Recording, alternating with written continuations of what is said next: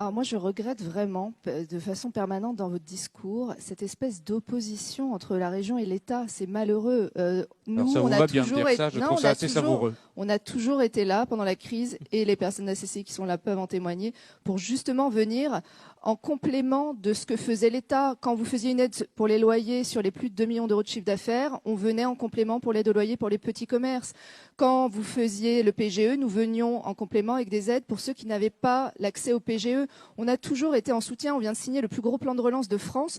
Pourquoi voulez-vous être en guerre avec la région? Il faut qu'on marche main dans la main. En revanche, moi, j'aimerais compter. Merci de me laisser finir. J'aimerais compter sur votre soutien.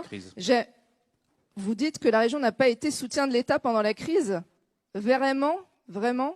Je dis que la région, et elle n'est pas la seule. Quand on met 156 millions d'euros dans le fonds de solidarité, qu'on est la première première région contributrice, passer son temps à contributrice. faire de la com et de la compétition par rapport à l'État dans une situation de crise de façon assez irresponsable. Je regrette vraiment cette attitude. Je la regrette vraiment. On est partenaire et on doit aider notre économie à se relancer. En revanche, j'aurais voulu peut-être compter un peu plus sur vous, sur notre industrie, puisque la région Île-de-France a été très mal servie sur les appels à projets industriels sur l'aéronautique et l'automobile. On est à 5% des lauréats sur l'automobile.